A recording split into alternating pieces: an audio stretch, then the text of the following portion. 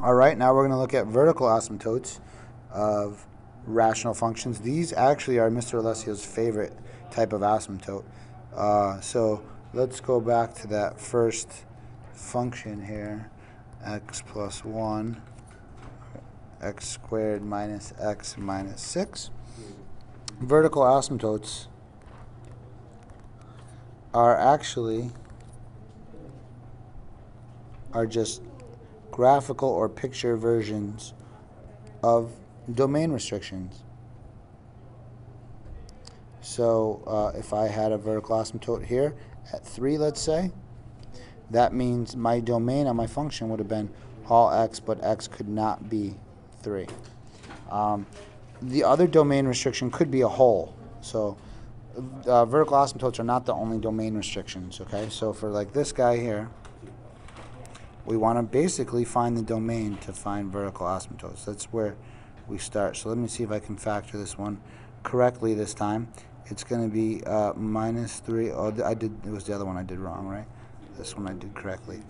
So now neither of these cross off. Remember, if one of these crossed off, that it would be just a whole.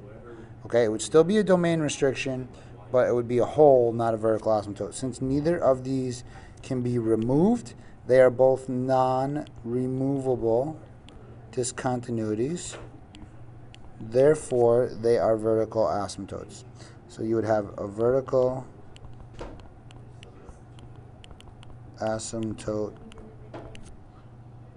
at x equals 3 and at x equals -2. You can't list them like when you do domain, you can just go -2 and 3. These have to have their own x equals, because remember, this is an equation of a vertical line that I have to draw somewhere on the graph, so I cannot write it like that. And that's how you find vertical asymptotes. Let's do a trickier one.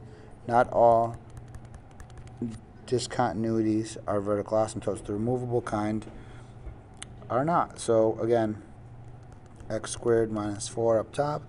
On the bottom, we'll go x squared. Let's see, I want to have a positive 2 in there. So 2 minus 5, that would be minus 3x minus 10.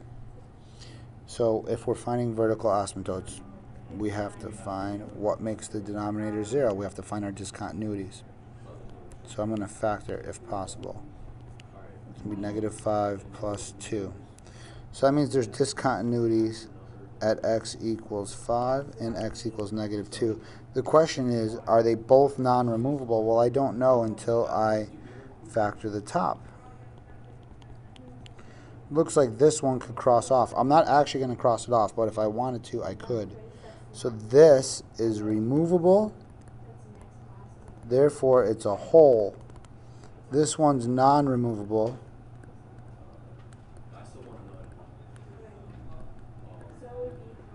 Therefore, it's a vertical asymptote.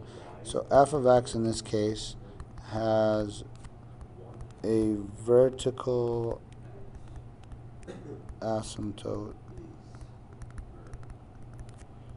at x equals 5.